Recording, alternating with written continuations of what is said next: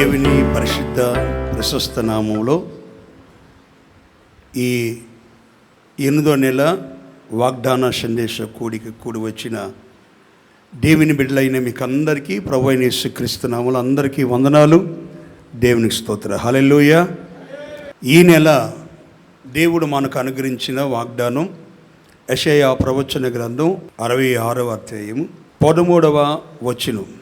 నేను మిమ్మును ఆదరించేదను. హల్లెలూయా. గమనించండి, ఈ వాగ్దానం ప్రభువైన దేవుడు నేను మిమ్మల్ని ఆదరించేదను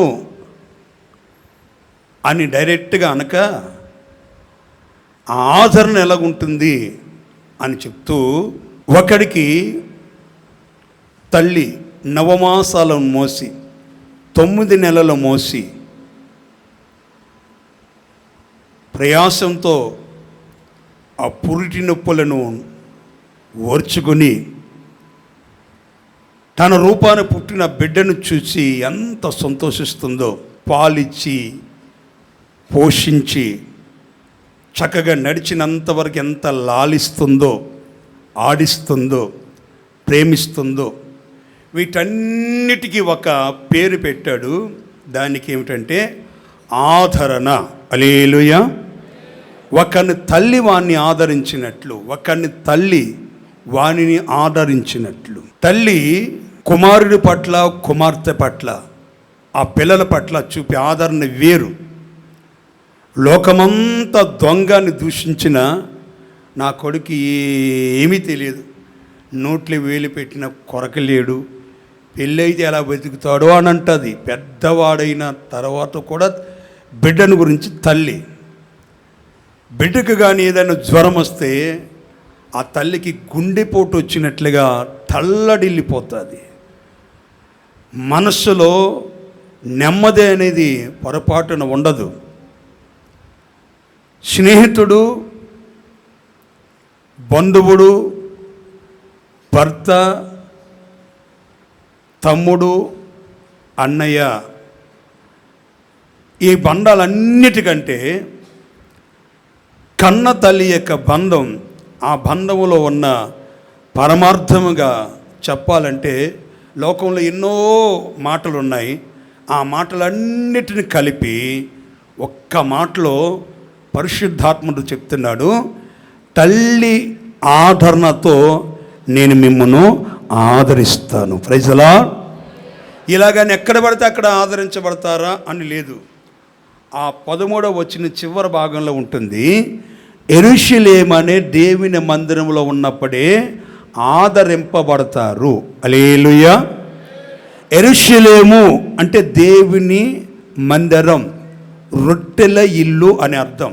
యెరూషలేము అనే మాటకి రొట్టెల ఇల్లు, సమాధానపు ఇల్లు అని అర్థం. యెరూషలేములోనే మీరు ఆదరించబడతారు.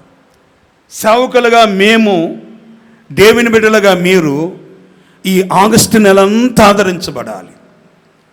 నెలంతా ప్రార్థన చేసుకున్నాం. గత వారంలో మోకరించి ప్రార్థించగా సర్వశక్తి కలిగిన స్వయంగా ప్రార్థిస్తున్నప్పుడు ఒక దేవసేవకు నాకు చెప్పిన మాట, నేను ఆదరించే దేవుడిని. హల్లెలూయా. ఆదరించే వాళ్ళు ఒకవేళ పెద్దలుగా నీకు దూరంగా ఉన్నా, ఆదరించేవారు నీ కన్న తల్లి లేక తండ్రి దూరంగా నిలిచిన ఒక పెద్ద పాస్టర్ గారు సేవలో ఒక 25 సంవత్సరాల తర్వాత ఇంటికి వెళ్ళి వాళ్ళ అమ్మతో అంటున్నాడు, అమ్మా 2 చేతులు చాపి నన్ను ఎత్తుకుంటావా అన్నాడు. తల్లి ప్రేమ ఎప్పుడు మరవదు కనుక ఆ తల్లి అంటుంది, అయ్యా నిన్ను ఎత్తుకోవాలని తల్లిగా నాకుంది, కానీ అప్పట్లో నేను మోసా, చిన్నోడివి, ఇప్పుడు నేను ఎత్తుకోవాలని ఆశ ఉంది, కానీ బలహీనరాలుగా ఉన్నాను, కానీ మొయ్యలేను. కానీ నేను చనిపోయినంత వరకు నువ్వెంత పెద్దవాడైనా, సేవకుడివైనా, నీకు ఎంత వయసు వచ్చినా, నేను చనిపోయినంత వరకు చిన్న వయసులో చూసిన ఆ యొక్క పిల్లవాడిగా నేను చూసిన అనుభవం మాత్రం ఉంటుంది అంటే అప్పుడు ఆ పాస్టర్ గారు అన్నారంట, దీనినే కావలసు పరిశుద్ధాత్మ దేవుడు తల్లితో ఆ పరిశుద్ధాత్ముడు ఇచ్చిన ఆదరణ తల్లి యొక్క ఆదరణతో పోల్చాడమ్మా అన్నాడు. దేవుని స్తోత్రం. ప్రియమైన దేవుని బిడ్డలారా, 7 నెలలు ఒకవేళ నువ్వు ఎంత మంచి చేసినా అది చెడుగా చిత్రీకరించి, చెడుగా వక్రీకరించి, చెడుగా మార్చి ఉన్న అనుభవాలు ఉండుంటాయి. పరిచర్యలో మాకైనా, దేవుని బిడ్డలని మీకైనా. కానీ తల్లి యొక్క ఆదరణ, ఒకని తల్లి వాడిని ఆదరించినట్లుగా నేను మిమ్మల్ని ఆదరిస్తాను అంటే దేవుడు ఆదరిస్తున్నాడు. నేను ఎన్ని చేసినా, ఏ తప్పులు చేసినా, ఎవరిని ఏమన్నా అనే కాకుండా దేవుని సన్నిధిలో, దేవుని మందిరంలో, యెరూషలేములోనే మీరు ఆదరించబడతారు. హల్లెలూయా. చెప్తాం గట్టిగా, హల్లెలూయా. నా ప్రియమైన దేవుని బిడ్డలారా, ఈ ఆదరణ అనేది తెలుగులో చక్కగా ఆదరణ.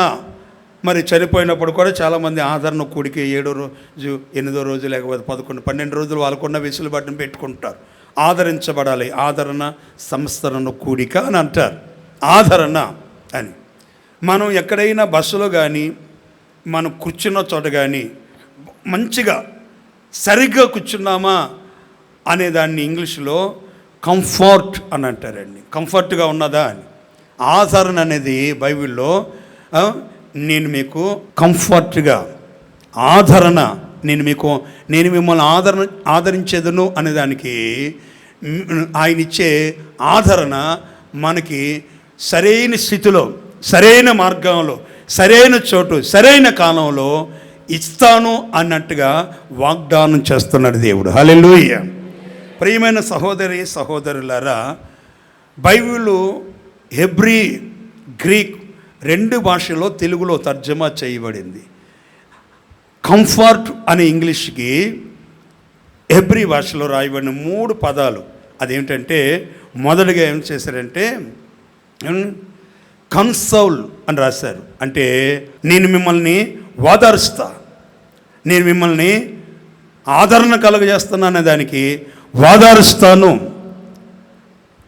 కన్సోల్ అనేది ఓదార్పు లేక పరామర్శించుట అని అర్థం అండి. ఇంకోటి 2వ మాట ఏమని చేశారు చెప్పనా, టు ఎంకరేజ్ అంట. దేవుడు నీ దగ్గరకు వచ్చి చేయి పట్టుకుని ఎంకరేజ్ చేస్తాడు, ప్రోత్సహిస్తాడు. 7 నెలలు ఎందుకు వెనకపోయావు, నేనున్నాను కదా, ముందుకు వెళ్ళు అని ప్రోత్సహిస్తాడు. ఆదరణకి 2వ మాట ఎంకరేజ్ చేయడం, ప్రోత్సహించడం. 3వ మాట సరైనదిగా ఉన్నది, అదేంటంటే టు స్ట్రెంగ్థెన్, అంటే నేను నిన్ను బలపరుస్తున్నాను. ఎందుకు బలహీనుడుగా ఉన్నావు? ఆదరణ ఒకే ఒక మాటలో ఓదారుస్తాడు. 2వది చెప్పండి, 2వది ప్రోత్సహిస్తాడు. చేతులు చెప్పండి గట్టిగా, హల్లెలూయా. ప్రోత్సహిస్తాడు. మనం కూడా ఎవరైనా మనకి ఏదైనా సమస్య వచ్చినప్పుడు ఎందుకు దిగులు పడతా, నేనున్నా కదా, నేను చూసుకుంటాను, నేను వెళ్తానులే, నేను మాట్లాడుతానులేని ఎంకరేజ్ చేస్తారు, ప్రోత్సహిస్తారు అన్నమాట. 3వ అనుభవం ఏంటంటే బలపరుస్తారు.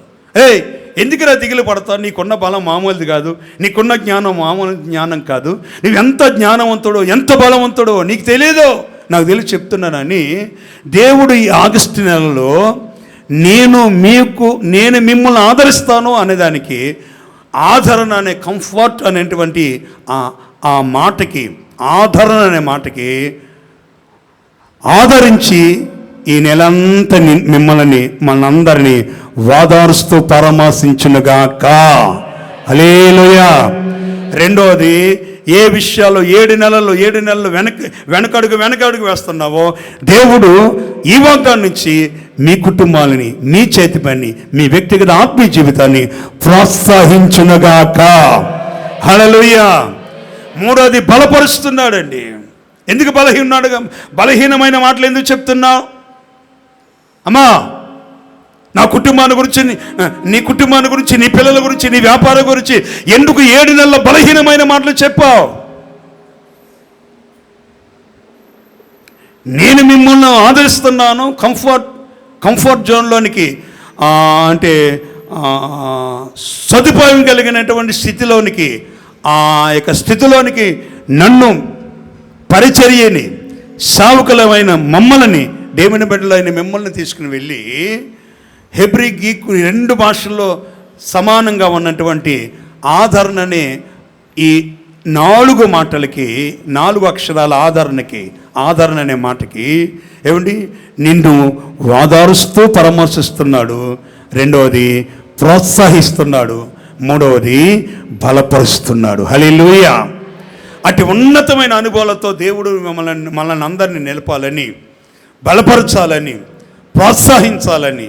దేవుని బిడ్డలారా, ఎవరు ప్రోత్సహిస్తారండి? ఈ రోజున విద్య నేర్పించిన వారు అప్పుడప్పుడు చూడండి, చిన్న చిన్న చేతి పనులు ఉంటాయి కదా, టైర్లు పంచర్ వేయడం, లేకపోతే మెకానిక్ షెడ్ చేసుకోవడం, వాళ్ళు పని అంతా పూర్తిగా నేర్చుకుంటారని సరిగ్గా పని చెప్పాడు, రే దూరంగా వెళ్ళి అక్కడికి వెళ్ళి టీ చేసిరా, వాళ్ళ ఇంటికి వెళ్ళి ఆ పని చెప్పిరా అని చెప్తారండి. ఆ రోజుల్లో నేను చదువుకున్నప్పుడు చూస్తే, ఎందుకయ్యా మీరు సరిగ్గా పని చేసే సమయానికి అది యొక్క కనెక్షన్ కలుపుతున్నప్పుడు, ఎలక్ట్రీషియన్గా కలుపుతున్నప్పుడు మీ దగ్గర ఉన్న పిల్లవాడిని దూరంగా పంపిస్తున్నారంటే, ఏమండి ఇప్పుడు కానీ నేర్చుకున్నాడు అనుకో ఇంకోటి పెట్టి, ఇక మరలా వాడుకున్న జ్ఞానాన్ని బట్టి, వయసుని బట్టి ఇంకోటి చేస్తాడు, అందుకని మేము ప్రోత్సహించట్లేదు. కొన్ని సంవత్సరాలు ఉన్న తర్వాత, మణిగిన తర్వాత, మా మాట విన్న తర్వాత, మా చెప్పు చేతులు ఉన్న తర్వాత, అప్పుడు మాకు కొన్ని సంవత్సరాల తర్వాత మేము ఆడికి పని నేర్పిస్తాం, ముందే నేర్పించామంటే కుదరదు. ఆడన్నిదలుగా మేము పరీక్షించాలని. దేవదేవుడు అలానకు కాదండి. తల్లి వలె ఆదరించిన దేవుడు, ఒకని తల్లి వాడిని ఆదరించినట్లుగా నేను మిమ్మల్ని ఆదరిస్తానని దేవుడు అండి. సర్వశక్తి కలిగిన దేవుడు. ప్రపంచమంతా నివ్వెరపోయిందండి. ఒక వ్యక్తిని చూసి చాలామంది, ఎందుకు దీన్ని ఎందుకు కనిపెట్టాడు? బాగా వినండి, బాంబులు మనం చూస్తాం, కానీ దాన్ని కనిపెట్టిన వ్యక్తి అణుబాంబు ద్వారా నాటు బాంబులు, ఇక్కడ మీట్ నొక్కగానే అక్కడ నొక్కడాలు, రిమోట్ కంట్రోల్లో బాంబులు చేయడాలు, ఇవన్నిటినీ నోబెల్ అనేటువంటి వ్యక్తి కనిపెట్టాడట. అందరూ అతను చూసి అందరిని చంపేయడానికి వీడు దీన్ని కనిపెట్టాడు అని అనుకుంటే, కొంతకాలానికి వాళ్ళ అన్న, చరిత్రలో జరిగింది, వాళ్ళ అన్న చనిపోయాడు. చనిపోతే ఈ నోబెల్ అనేటువంటి వ్యక్తే చనిపోయారని అందరి ఇన్ని గురించి తిట్టకుండా రకరకాల పేపర్లో అన్నిటిలో, ఆ రోజుల్లో ఉన్నటువంటి పేపర్లు అన్ని హెడ్లైన్స్లో రాస్తే, ఈ నోబెల్ అనేటువంటి వ్యక్తి చూశాడండి. బతికుండగానే చచ్చిపోతే, చనిపోయినప్పుడు ఆ చనిపోయిన వ్యక్తి గురించి ఏమనుకుంటారు అనేది చూసి వెంటనే అతను ఏం చేశాడు చెప్పనా, అతనికి ఆ బాంబు కనిపెట్టిన ద్వారా వచ్చినటువంటి దేశాల నుండి, అన్ని దేశాల్లో వచ్చిన ఆ డబ్బంతా కూడగట్టి దాన్ని ఏం చేస్తాడు చెప్పనా, అటన్నిటిని ప్రక్కన పెట్టి అతను ఒక బహుమతిని కనిపెట్టాడు. అదే నోబెల్ ప్రైజ్. హల్లెలూయా. ఇప్పుడు నోబెల్ బహుమతి తెలుసు, కానీ నోబెల్ అనే వ్యక్తి ఉన్నాడు, వాడు అణుబాంబును కనిపెట్టాడే మాత్రం చరిత్రలో రూపం మార్చిపోయింది, కొట్టివేయబడింది. రెడ్ ఇంకుతో దాన్ని ఇంటూ మార్కు పెట్టారు. ప్రియమైన దేవుని బిడ్డలారా, యేసు రక్తం మనల్ని మన కొరకు చిందించి, యేసు నామస్మరణ ద్వారా పాపములో ఉన్న మనము పాపముల జోలికి వెళ్ళకుండా ఆ రక్తములో ఆయన శరీరంలో పాలుపోక్స్తులు కావడానికే ప్రియమైన దేవుని బిడ్డలారా ప్రతి నెల వాగ్దానం ఇచ్చి, ప్రతి నెల ఆయన రక్త మాంసాల దేవుడు మనకిస్తున్నాడు. దేవునికి స్తోత్రం చెప్పండి గట్టిగా, హల్లెలూయా. నా ప్రియమైన దేవుని బిడ్డలారా, ఒక రోజున పేపర్లో రాస్తారండి, ఒక తల్లి కారులో ప్రయాణం వెళ్తుంటే యాక్సిడెంట్ జరిగి అనుకోని పెద్ద ప్రమాదంలో తన భర్త దూరంగా ఉండి చనిపోయాడు. కారులో ఉండి బయటకు వచ్చి చనిపోయాడు. ఈ మాత్రం కాలు సగం కట్ అయిపోయింది, మధ్యలో తలకు కూడా నుదురు దగ్గర ఇట్లా కట్ అయిపోయింది, ఇట్లా కట్ అయింది. కట్ అయిపోయిన కాలు వేలాడుతూ ఉన్నది, వేలాడుతుందండి. శరీరం అంతా అక్కడక్కడ రక్తసిక్తమైపోయింది. కొంచెం ఒక అరగంట లేకపోతే 15 నిమిషాలు 20 నిమిషాలు మాత్రం బ్రతుకుతుంది అన్నమాట. ఇక తన ప్రక్కన ఉన్నటువంటి కుమారుడు ఒళ్ళో పెట్టుకుంది, చిన్నవాడు కనుక ఆ కుదుపులు కొంచెం ఏమి కాకుండా ఆ తల్లి చిన్న టర్కీ టవల్ చుట్టుబట్టి ఉన్నారు. ఇక ఆమె ఏం చేసింది చెప్పిన, డోర్ తీసుకుని వచ్చి నిదానంగా కొట్టుకుంటూ వచ్చి ఆ బిడ్డవాడిని ఇట్లా తీసుకుని వచ్చి ఒళ్ళో పెట్టుకుని పాలిస్తూ అలాగనే చనిపోయిందండి. దేవుని స్తోత్రం. అంటే అర్థం ఏంటంటే చివరి నిమిషం వరకు శరీరం తెగిపోయి వేళబడుతున్న రక్తసిక్కమైపోయిన ఆ తల్లి బిడ్డను తీసుకుని వచ్చి పాలిస్తూ, నైనా ఈ ప్రపంచాన్ని విడిచిపోతున్నాను, కానీ నువ్వు ఆకలితో అలమటిస్తున్నావు, నీ ఏడుపు నాకు వినపడకూడదు, నేను చచ్చిపోయినంత వరకు నువ్వు నవ్వుతూ ఉండాలి, బలముగా ఉండాలి, బలిష్టంగా ఉండాలని ఆ తల్లి పాలిస్తూ ప్రేమిస్తుంది. ఈ తల్లి ప్రేమిస్తూ చివరి క్షణంలో పాలిచ్చిన ఆ ప్రేమకి నిర్వచనమే ఆదరణ. చప్పలు కొట్టండి గట్టిగా, హల్లెలూయా. ఆ ఆదరణ దేవుని మనకిస్తున్నాడు. అందుకనే ఆదరణ అనే మాటలో 3 అనుభవాలు. ఏమండి, హెబ్రీ గ్రీక్ భాషను బట్టి ఏమండి, నేను మిమ్మల్ని ఓదారుస్తాను, నేను మిమ్మల్ని ప్రోత్సహిస్తాను, నేను మిమ్మల్ని బలపరుస్తున్నాను. హల్లెలూయా. ఈ ఆగస్టు నెలలో మీ వ్యక్తిగత ఆత్మీయ జీవితంలో మీరు చేస్తున్న ప్రతి పనిలో నా దేవుడు ఓదార్చునుగాక, ప్రోత్సహించునుగాక, అన్ని విధాలుగా బలపరచునుగాక. 54వ కీర్తన 4వ వచనం. దేవుడే నాకు సహాయకుడు, ప్రభువే నా ప్రాణమును ఆదరించువాడు. చాలండి నా ప్రియమైన దేవుని బిడ్డలారా, వాగ్దానాన్ని నీకు నాకు దేవుడిచ్చి ఆయన చెప్తున్నాడు, దావీదు వలె నువ్వు చెప్పాలి, ప్రభువే నాకు సహాయకుడు, ప్రభువే నా ప్రాణమును ఆదరించేవాడు. నాకు సహాయకుడిగా ఉండి నా ప్రాణమును ఆదరించేవాడు ప్రభువే. ఈ ఆగస్టు నెలలో రాత్రి పగలు నువ్వు చేస్తున్న ప్రతి పని, ప్రతి కార్యానికి కూడా నా దేవుడు పరిపూర్ణంగా నీ ప్రాణమునకు ఆదరణకర్తగా నిలిచి ఉండునుగాక. 7 నెలలు ఏది ఇబ్బంది కొలముగా, ఏది అవరోధంగా, ఏది ఆటంకంగా ఉన్నదో అవన్నీ కూడా నీ జీవితంలో తొలగించబడాలని ప్రభువు కోరుకుంటున్నాడు.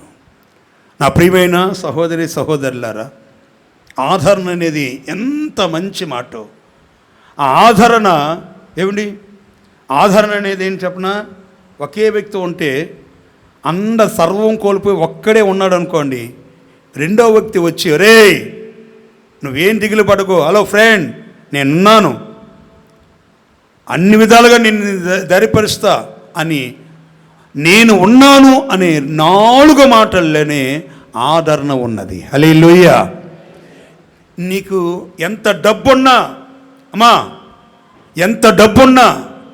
దాని ద్వారా లేని సంతోషం, నేను ఉన్నాను అని నీ కొరకు అభయముగా చెప్పిన ఆ ఒక్క 4 అక్షరాల మాటలోనే ఆదరణ ఉన్నదండి. హల్లెలూయా. కన్నీటితో, బాధలతో, బంధకాలలో ఈ 7 నెలల్లో ఏ రకమైనటువంటి ఇబ్బందులలో ముందుకు వెళ్ళలేక, వెనక్కి రాలేక, అక్కడ కూర్చోలేక, సందిగ్ధంగా ఏది చేయాలో తోచని పరిస్థితుల్లో ఉంటే నేను మిమ్మల్ని ఆదరించేదను అని ఓదారుస్తూ, ప్రోత్సహిస్తూ, బలపరుస్తూ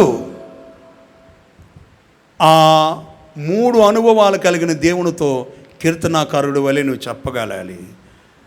ప్రభువే నా ప్రాణమునకు, చెప్పండి, ప్రభువే నా ప్రాణమునకు ఆదరించేవాడు, నా ప్రాణమును ఆదరించేవాడు.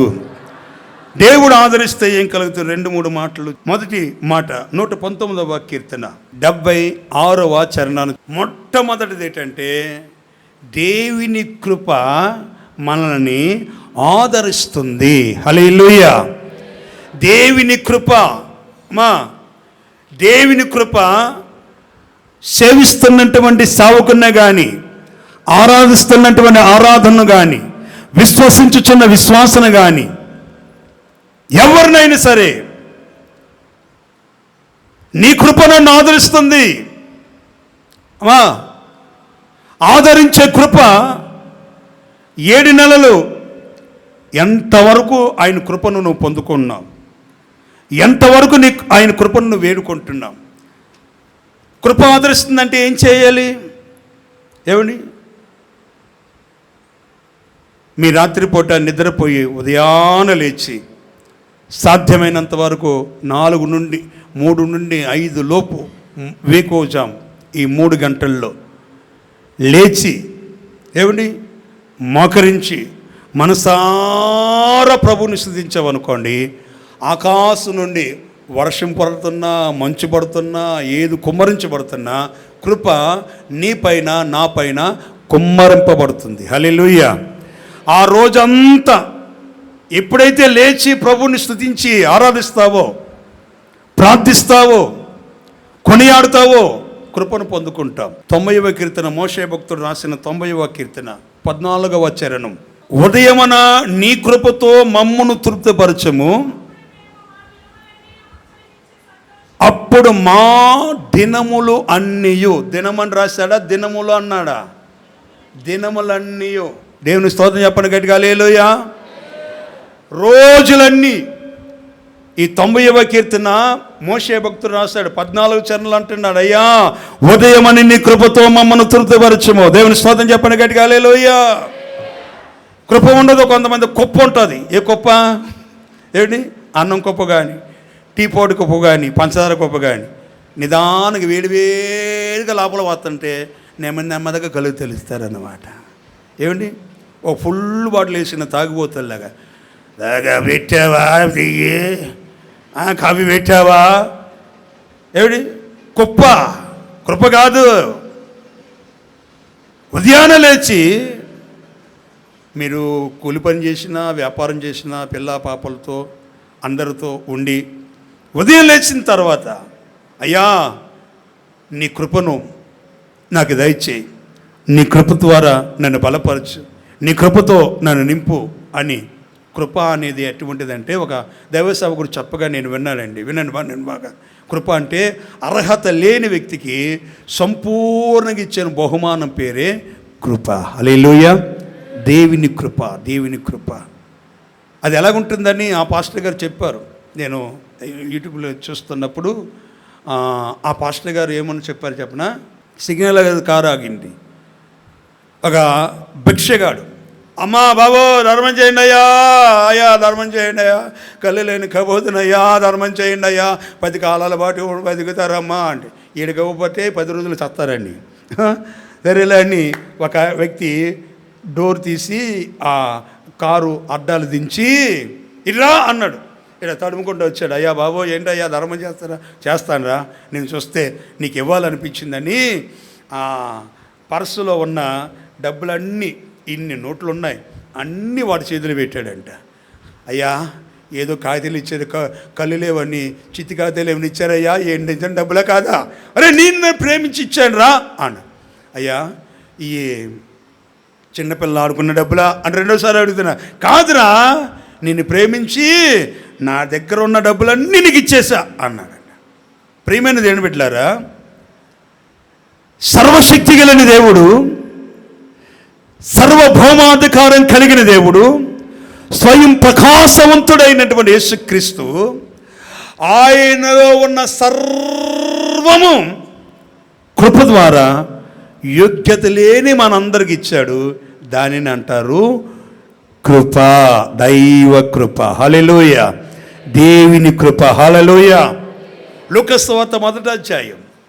ఏం చేయాలో తెలియక, ఎవరి మాటలో వినాలో ఎరుగక, సందిగ్ధంగా ఉండి, చావాలో బ్రతకాలో తెలియక, తన మీద ఉన్న దోషం, నేరం ఎలాగా దాని నుండి దాటిపోవాలో ఎరుగక ఉన్న మరియమ్మ తల్లితో దేవదూత వచ్చి చెప్తున్న మాట, దేవుని వలన నువ్వు కృప పొందావు. నా ప్రియమైన దేవుని బిడ్డలారా, కృప యోగ్యత అర్హత లేని మనకి. అందుకని ఆత్మీయత దేవజన్ లేసన్ గారు తను అనేక పాటల్లో ఆయన క్యాసెట్లో ఒక చోట కృపను గురించి పాడుటయే చెప్పండి, నా జీవిత ధన్యతగా భావిస్తున్నాను. పెంట కుప్పల్లో ఉన్న తిండిని, చెత్తను, పందులు తినే ఇస్తరాకుల్లో ఉన్న వాటిని తిని బ్రతికిన నా జీవితంలో ఇన్ని లక్షల మంది విశ్వాసులు, ఇన్ని వేల మంది సేవకులను ఇచ్చాడు దేవుడు. ఎన్నిక యోగ్యత లేని నా జీవితంలో ఇవన్నీ కలగడానికి కారణం దేవుని కృప. హల్లెలూయా. ఆ కృప విస్తరించబడాలి, కృప వర్ధిల్లాలి. నా దేవుని బిడ్డలారా, నేను మిమ్మల్ని ఆదరించేదను అనే ఆదరణ అనే 4 మాటల్లో ఆదరణ అనేటువంటిది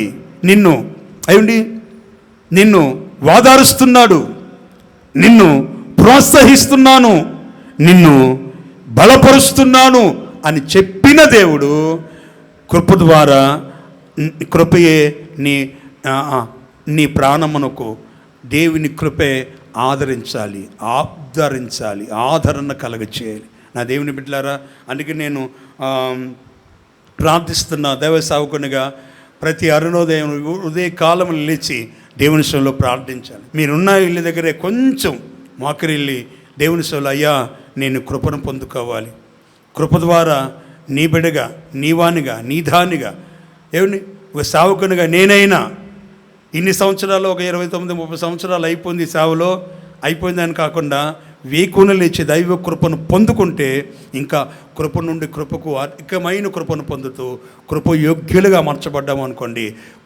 దైవ కృప ఏం చేస్తుంది, దేవుని కృప ఏం చేస్తుంది చెప్పనా? అసాధ్యమైనది ఏనంటే సాధ్యపడుతుంది. మూర్ఖుల యొక్క మూర్ఖత్వంలో నుండి విడిపించడానికి, వాడి ఉరిలో నుండి వాడి యొక్క తంత్రాలన్నింటినీ తప్పించడానికి ఆ దేవుని కృప మనకి తోడ్పాటుగా, సహకారంగా, సహాయముగా నిలుస్తుంది. దేవునికి స్తోత్రం చెప్పండి గట్టిగా, హల్లెలూయా. అది ఉన్నతమైన కార్యాలు చేయాలి.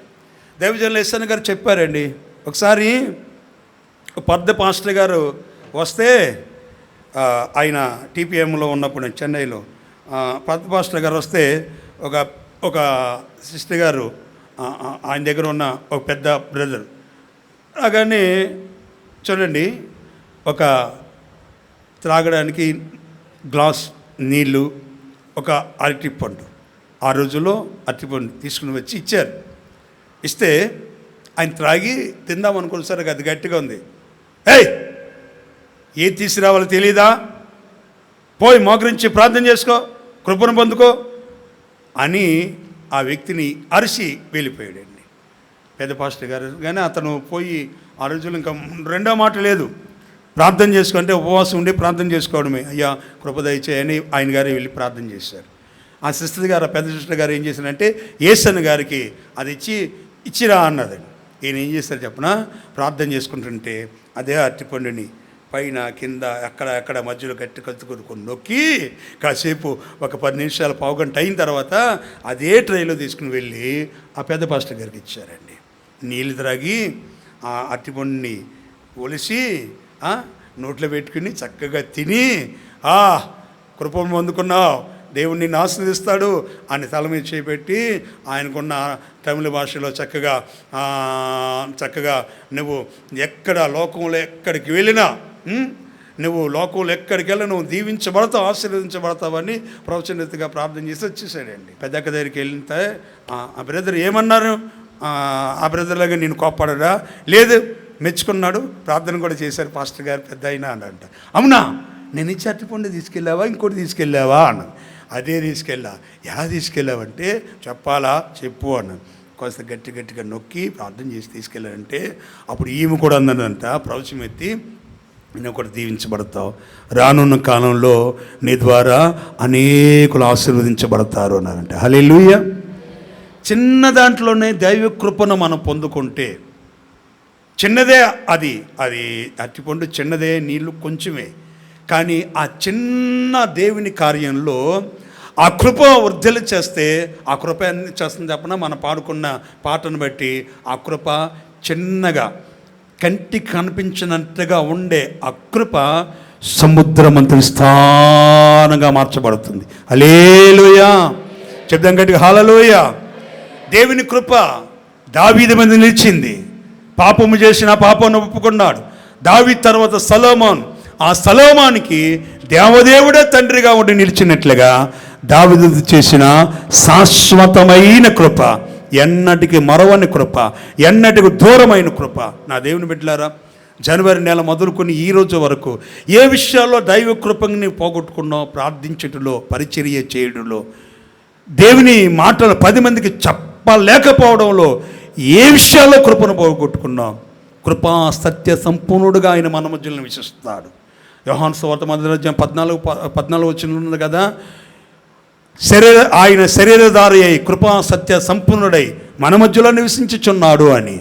మరి కృపను పొందుకునే నీవు నీ కుటుంబంలో, నీ వ్యక్తిగత జీవితంలో 8వ నెల ఆరంభపు దినమననే 7 నెలలు ఏదైతే పోగొట్టుకున్నావో నేను మిమ్మును ఆదరించదనని ఆయన వాదారుస్తూ, పరామర్శిస్తూ, ఆయన నిన్ను ప్రోత్సహిస్తూ, ఆయన నిన్ను బలపరుస్తూ కృపను సమృద్ధిగా, సంపూర్ణంగా, సముద్రమంత విస్తారంగా నా దేవుని కృప మీ కుటుంబంలో, మీ వ్యక్తి జీవితాలలో ప్రార్థన ద్వారా కుమ్మరించబడునుగాక. చేతుల పైకి చెప్పండి గట్టిగా, హల్లెలూయా.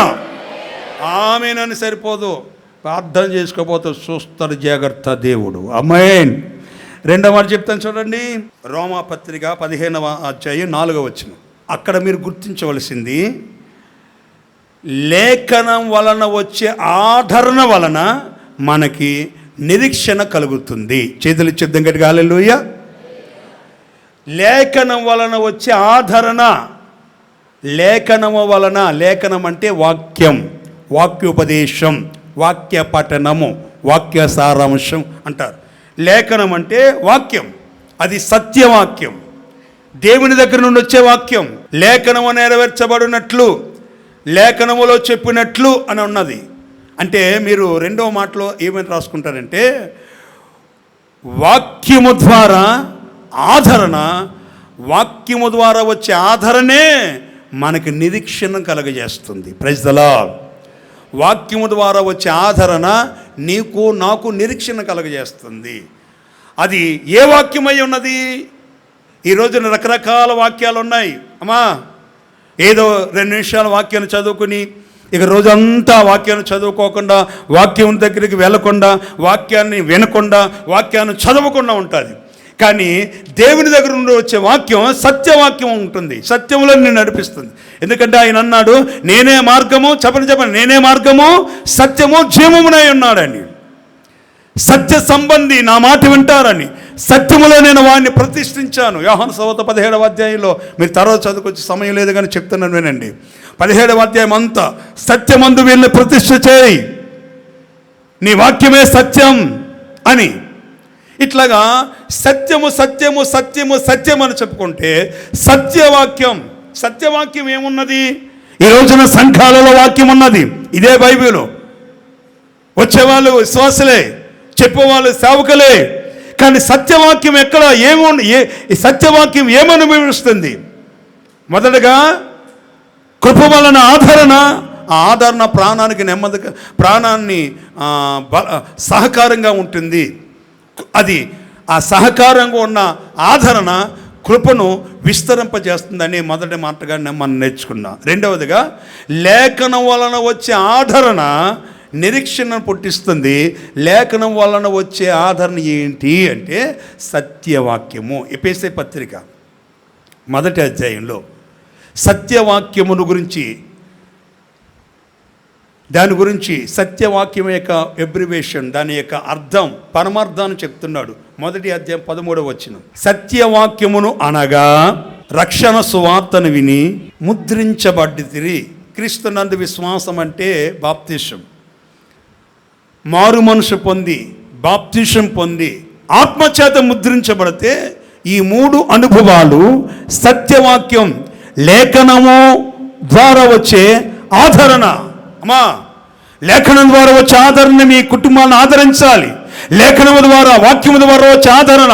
ఏ పరిస్థితిలో ఉన్నావో దేవుని వాక్యం నిన్ను ఆదరిస్తుంది, బలపరుస్తుంది. దేవుని వాక్యం ఎక్కడ నువ్వు తప్పిపోతున్నావో, తప్పిపోయిన వాటిని వెళ్ళి వాక్యము ద్వారా చూపిస్తే నీకు ఆదరణ కలగాలి. కానీ పొరపాటున కోపం రాకూడదు, మూతు ముడుచుకోకూడదు. ఇక చాలే, చేసిన చాలే అని సరిపెట్టుకోకూడదు. సర్వోత్తమమైన మార్గం ఏంటో తెలుసుకుని లేఖనం ద్వారా వచ్చే ఆ ఉన్నతమైన ఆశీర్వాదాలు పొందుకోవాలి. ఓసారి యేసన్న గారిని ఆ రోజుల్లో ఒక ముసలమ్మ, అయ్యా మా ఇంటికి రాయా, మా ఇంటికి రాయా, మా ఇంటికి రాయా అంటే చాలాసార్లు వేధించగా వస్తానని చెప్పారు. ఆయన వచ్చాడండి. యేసన్న గారు వాళ్ళ ఇంటికి వెళ్ళారు. ఆ తల్లి ఇంటికి వెళ్ళారు. తల్లి ఇంటికి వెళ్ళి చుట్టూ చూసే లోపల అంతా బాగుంది. తర్వాత ఎందుకో అమ్మ ప్రార్థన చేస్తాను, బైబిల్ తీసిరా, వాక్యం చదివి ప్రార్థన చేస్తానని అంట. బైబిలు ఇంట్లో వాళ్ళు ఇంచుమించుగా 7-8 మంది ఉన్నారు. ఒకే బైబిల్ ఉంది. అమ్మా, పల్లెలు అయితే టిఫిన్కి ఒకటి, భోజనం ఒకటి, రాత్రి తింటేటప్పుడు కొంచెం ఎక్కువ ఉంటుంది కనుక అది ఇంకా పెద్ద పిల్లం అన్నీ ఉన్నాయి. కానీ ఒకే బైబిల్ ఉంది. అమ్మ తీసిరా, బైబిల్ తీసిరా, వాక్యం చదివి ప్రార్థన చేయాలి త్వరగా. ఇంకా మళ్ళీ కోటం ఉన్నది, వెళ్ళాలి. అప్పట్లో చిన్న బండి ఉండేది, వెళ్ళాలి అని తొందర చేస్తుంటే, వినండి బాగా. ఈ లోపల వాళ్ళ చిన్న అమ్మాయి మనవరాలు, ఆ ముసలా మనవరాలు పరుగున వచ్చి ఆ బైబిల్ పట్టుకొని ఆ లవ్వ చేతులు పెట్టింది. పెట్టగానే బైబిల్ ఇటు పట్టుకొని అనగానే దాని మీద ఉన్న మట్టి అంతా అటు దూరంగా పోయింది. యేసన్న గారి మీద కొంచెం పడిందండి. ఆ బైబిల్ తెరిచి వస్తే ఆ బైబిల్లో నమ్మండి, తల దూకునే దువ్వని ఉంది. యేసన్న గారు అంటుంది ముసలాం, అయ్యో ఈ దువ్వని పోయి 9 నెలలు అయ్యిందయ్యా, దువ్వని కనపడుకో అంటే ఈ ముసలిది దువ్వాన్ని బైబిల్లో పెట్టి 9 నెలల్లో, అంటే బైబిల్ తెలిసి 9 నెలలు అయ్యిందన్నమాట. ఆశీర్వాదం కావాలి. దేవుని బిడ్డలారా, దేవుని వాక్యం మనం వెలిగిస్తుంది. ఉదయాన్నే లేచి మోకరించి నువ్వు ప్రార్థించిన తర్వాత బైబిల్ వాక్యం ద్వారా దేవునితో మొట్టమొదటి నువ్వు మాట్లాడాలి. కన్నవారు, కట్టుకున్న వాళ్ళు అందరితో నువ్వు ప్రక్కన పెట్టి పిల్లల్ని, చిన్నపిల్లలు అయితే పాలిచ్చి తీసేవారైతే అది వేరు. మొట్టమొదటిసారిగా నువ్వు దేవునితో ప్రార్థనలో మాట్లాడి తర్వాత వాక్యముతో నువ్వు మాట్లాడిన తర్వాత ఆ రోజంతా నువ్వు వల్లసించి సంతోషించినట్లుగా దేవుడు చేస్తాడు. లేఖనము ద్వారా, వాక్యం ద్వారా వచ్చే ఆదరణ ఎవరు చెప్పుకోనపే ఒక విశ్వాసగా, ఒక సేవకునిగా నీకు కలుగుతుంది. దేవుని స్తోత్రం. అది అనుభవపూర్వకంగా ఈ 8 నెలలలో మీరు అనుభవించుదురుగాక. ప్రియమైన సహోదరులారా, ఎంతవరకు దేవుని సన్నిధిలో ప్రార్థించగలుగుతున్నారు? కొంతమంది ప్రార్థన ఏమండి, ఎవరైనా ఏదన్నా బుద్ధి ఉందా అంటే, సరిగా లేవా, బుద్ధి గడ్డిదంతుందా అని ఎవరైనా తిడితే బొంగముందు పెట్టుకుని నన్ను తిట్టింది, దానికి ఏదో కావాలో ఈసయ్య చూసుకో ప్రభా అని గట్టిగా బెదిరించినప్పుడు ప్రార్థన. ఏమండి, ఎవరైనా అయినప్పుడు ప్రార్థన. అన్నీ బాగున్నప్పుడు కాదు. వాక్యం ఎప్పుడు చదివేది? పలానా వాడికి ఏదో తగిలిందంట, బ్యాంకులో అది వచ్చేసిందంట, లోన్ వచ్చిందంట, పొవ్వా మాకు ఎప్పుడెత్తా పొవ్వా, ఎక్కడ పొవ్వా అని అప్పుడు బైబిల్ తెస్తారు పనికి వాళ్ళు. రోజు తీసే వాక్యం ఏంటి? దేవుని వాక్యం రోజు చదువుతున్నా ప్రతి వచనములో క్రొత్తదనాన్ని పుట్టించిందే సర్వశక్తి కలిగిన దేవుని వాక్యం. హల్లెలూయా. చెల్లి చెప్తాం గట్టిగా హల్లెలూయా. దాన్ని చదువుతున్నప్పుడు కలిగే ఆనందాన్ని, ఆ అనుభూతిని అనుభవిస్తే మేరకు చెప్తూ ఉంటారండి. దాన్ని చదవడం అలవాటుగా నేర్చుకుంటే, దాన్ని చదువుతూ ఉంటుంటే ఏమండి, నోరూరే మిఠాయిలు ఉంటాయి కదా, లడ్డూలు, ఏమండి లడ్డు, గుడ్డు తింటున్నప్పుడు ఎంత బాగుంటుందో అంతగా దేవుని వాక్యాన్ని మనం చదువుతున్నప్పుడు ఆ యొక్క మకరందాన్ని, ఆ ఆశీర్వాదాన్ని, ఆ యొక్క ఆనంద తైలాన్ని అనుభవించగలుగుతాం. దేవుని స్తోత్రం. చేతులు శబ్దం గట్టి హల్లెలూయా. అటు ఉన్నతమైన అనుభూతి. అందుకనే కదా ధనవంతుడు, ధనాగారం అంతటి మీద అధిపతి ఎప్పుడైతే వాక్యాన్ని చదివాడో ఆ వాక్యాన్ని అనుభవించిన తర్వాతనే బాప్తిస్మాన్ని సిద్ధపడ్డాడండి. అపోస్తలుల కార్యాల గ్రంథం 8వ అధ్యాయం 29, 30, 31 తర్వాత మీరు చదువుకోవచ్చు. కందాక మంత్రి ఐథియోపియల రాణి క్రింద ఉన్న కందాక మంత్రి ఎప్పుడైతే వాక్యాన్ని చదివాడో, ప్రతిష్ఠించాడో, యెషయా ప్రవచన గ్రంథం 58వ అధ్యాయంలో ఉన్న ప్రవచనం అంతా చదివాడో అప్పుడు మనసు మార్చుకున్నాడు. ఏమండి 29వ వచనంలో ఎంతంటే చెప్పనా, ఫిలిప్పు దేవుని ఆత్మచేత కొనుపోబడ్డాడు. నపుంసకుడు సంతోషంతో తన త్రోవను వెళ్ళెను. దేవుని స్తోత్రం చెప్పను గట్టిగా. ఎందుకు వెళ్ళాడు? లేఖనము ద్వారా కలిగే ఆదరణ పాపముల నుండి చూడండి, పాపముల నుండి, అతిక్రమముల నుండి, అన్యాయపు క్రియలలో నుండి విడిపించింది, నడిపించింది. సన్మార్గములో, సత్య మార్గాలలో ఆ వ్యక్తిని తీసుకుని వెళ్ళింది. దేవునికి స్తోత్రం కలుగును గాక. చేతులు శబ్దం గట్టిగా హల్లెలూయా. మూడవదిగా రోమపత్రిక 15వ అధ్యాయంలో 6వ వచనం, 3వ మాటగా మీరు రాసుకోనండి, గుర్తించండి. ఓర్పునకు ఆదరణకు కర్త అయిన దేవుడు మన దేవుడు. హల్లెలూయా. చేతులు శబ్దం గట్టిగా హల్లెలూయా. ఓర్పునకు, అదే చెప్పాను కదా, ఆదరణ అనే మాటకే ఓర్పుతో పరామర్శిస్తాడు. రెండవది ప్రోత్సహిస్తాడు. మూడవది బలపరుస్తాడు. ఈ రోమ 15వ అధ్యాయం 6వ వచనంలో ఏముందంటే, ఓర్పునకు ఆదరణకు కర్త అయిన దేవుడు. ఓర్పునకు ఆదరణకు కర్త అంటే తండ్రి అని అర్థం. ఏమని? జరిపించేవారు, జరిగించేవాడు అని అర్థం. అందుకనే చూడండి, మీ వివాహపు వెడ్డింగ్ కార్డులో వివాహకర్త అంటారు. వివాహాన్ని ఎవరు జరిపిస్తారు? ఏమండి? వివాహకర్త అని అంటారు. అప్పుడప్పుడు కొన్ని దేవాలయాల్లో, హిందూ విగ్రహ దేవాలయాల్లో అవి దానకర్త, శిల్పకర్త. కర్త అంటే చేసిన వారు లేక జరిగించిన వారు అని. ఓర్పునకు ఆదరణకు, ఈ ఓర్పును ఆదరణని రెండిటిని జరిగించేవాడే మన ప్రభు అయిన యేసుక్రీస్తు. హల్లెలూయా. ఈ రోజు చాలామంది ఓర్పు ఉండదు, జరగట్లేదు, అవ్వట్లేదు, రోగం తగ్గట్లేదు, ఈ బలహీనతలను విడిపించట్లేదు. ఓర్పు లేని ఒక వ్యక్తి, ఒక ఆసామి మొత్తం మీద ఒక పెళ్ళికి వెళ్ళాడండి. టయానికి తినాలి. ఈయన బీపీ, షుగర్ అన్నీ ఉన్నాయి. అక్కడేమో పెళ్లి తంతు నిదానంగా నత్తనడక నడుస్తూ ఉన్నది. అయ్యా భోంచేయాలయ్యా, తొందరగా తాళి కట్టేసే అన్నాడు. అయినా 2-3 సార్లు పెళ్ళికొడుకు చూశాడు. వాడికేమో ఇంకా డబ్బు రాలే, కట్నం ఇంకా రాలే. ఆడన్న పెళ్ళికొడుకు ఇంతలా ఉన్నాడు. ఏంటంత తొందర, కట్నం డబ్బులు ఇంకా ఇవ్వలే అన్నాడండి. హల్లెలూయా. తర్వాత ఇస్తారా, కట్టాయా, ఆకలి వస్తుందా అన్నాడు. ఇంకా ఇవ్వలేదని చెప్తుంటే వినబడదో అన్నాడండి. 3వసారి అడిగాడు, కట్టవయ్యా, ఆకలి వస్తుంది, నాకు తినాలి అన్నాడు. 4వసారి అన్న, నువ్వు కడతావా, నేను కట్టాను అన్నాడు. అంత తొందర అయితే నువ్వు కొట్టుకో అన్నాడండి. వీడికి ఓర్పు లాగినాడు. ఆగా అని వెనకపోయి నెట్టేసి పెళ్ళికొడుకుని మంగళం అంటే 3 ముళ్ళు వేసేసాడండి. అంట అయిపోయిన తర్వాత వాళ్ళ చిన్నమ్మ వచ్చింది, డాడీ డాడీ అని. అప్పుడు అనుకున్నాడంట, ఎవడు టెన్షన్లో, అటెన్షన్ లేకుండా టెన్షన్లో బీపీ ఎక్కువైపోయి ఓర్పు లేకుండా 3 ముళ్ళు వేసింది. నాకు పెళ్ళయి ఇప్పటికే 4 పిల్లలు ఉన్నారు కదా, ఇది 5వది కదా అనుకున్నాడండి ఓర్పు లేనోడు. దేవుని స్తోత్రం.